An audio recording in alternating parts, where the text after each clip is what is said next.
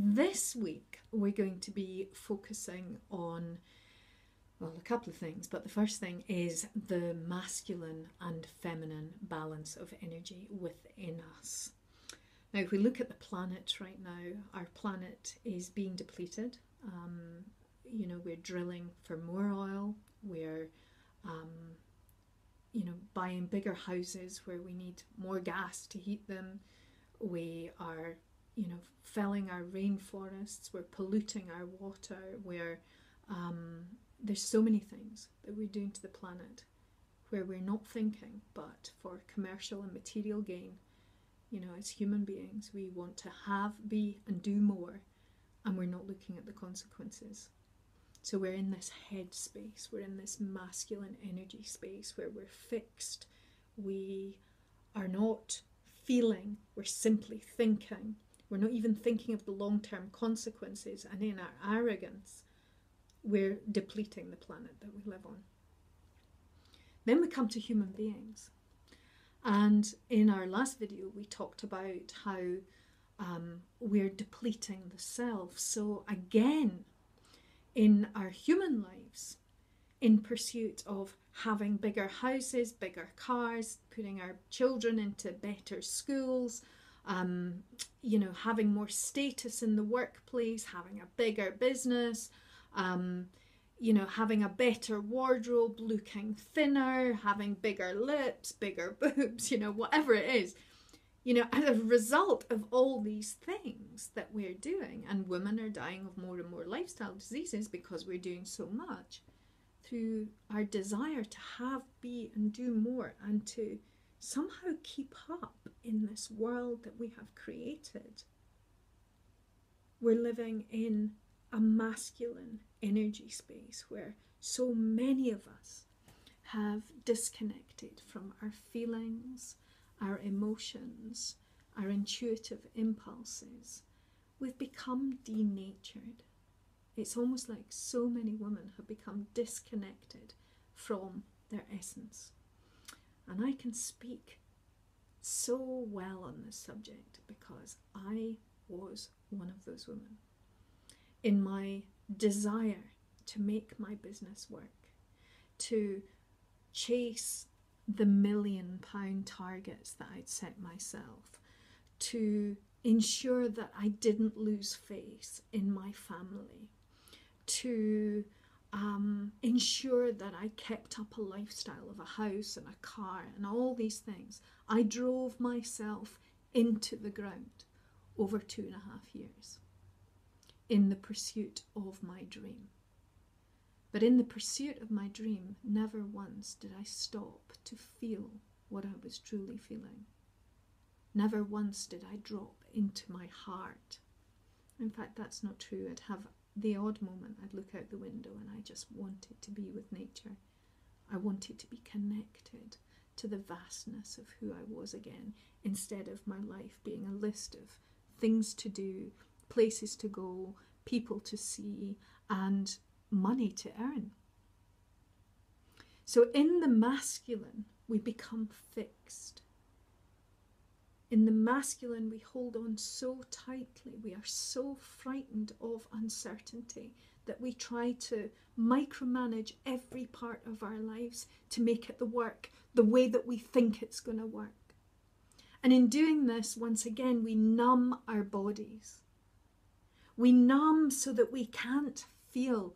And when you numb one emotion, you numb all your emotions. By numbing in one place in work, you are numbing in your relationship. If you numb in your relationship, your work, you're numbing in your relationship with your children, you're numbing in your workplace, you're numbing your creativity. That's how it works. So in an ideal world, for creativity to emerge and for life to naturally unfold, what we've got to do is we've got to bring our masculine and our feminine energies into balance. And I can tell you from personal experience, it was excruciating for me to do this.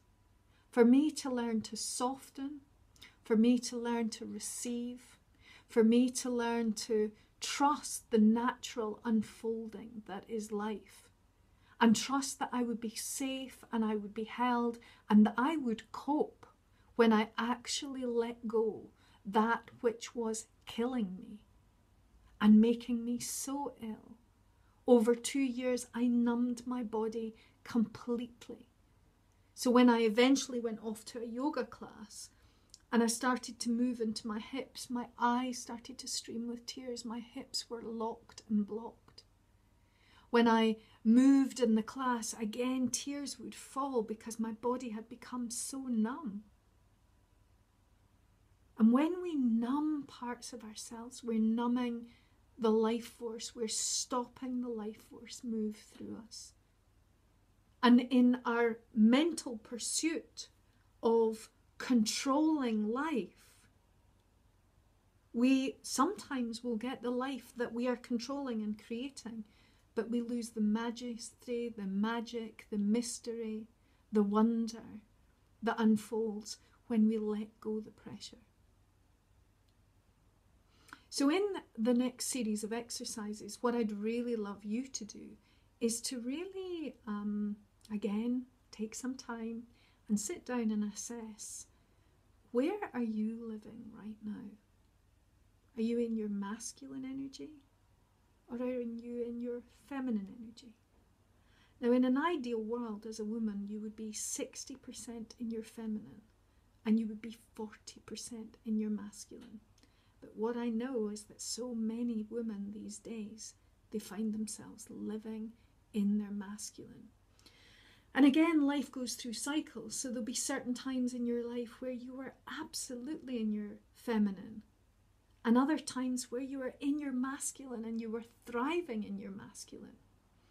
So what I'd like you to do right now is just have a look at the landscape of your life. Are you in this fixed, driving, striving, pushing, creating energy, or are you in a more yielding, receiving, soft, creative, unfolding space? Now, as I mentioned in the previous videos, the answer here is not to simply be in your feminine energy. If you were 60% in if you were 100% in your feminine energy, you'd get nothing done. For us to thrive in life, for the planet to thrive, we need to balance our creative, intuitive hunches about how we resolve problems, and then the mind, the masculine's got to come in and allow that to take effect. If we look at wars right now, what's happening with wars is they're in the masculine. When they come to peace talks, no one can soften into vulnerability enough to find a place of flow. Everyone thinks they're right. Everyone is convinced that their argument is right. And as a result, when everyone's in that state, what happens is it just friction's created, wars are created, and the planet at this point in time is in this place of chaos because we as human beings are over-identified with this masculine energy. And for the planet to come back into peace, for it to come back into ecological harmony, for us to find a place where life is beautiful on earth, we need to move into the feminine. At the minute, we're probably way up 90-100% in the masculine. And we probably have to move into the feminine before it comes back into a beautiful natural balance again. So these energies that are playing out in the world, they're also playing out in your life. So in your relationship, you may be in your masculine or you may be in your feminine. In your workplace, you might be in your masculine, you might be in your feminine. In your attitude towards health and well-being, you might be in your masculine. You might be fixed. You might be clear about what you need to do. You might work your body hard. But we need to bring everything into balance. For vibrant, healthy well-being, for vitality, creativity, intuition to flow, we've got to bring the systems into balance.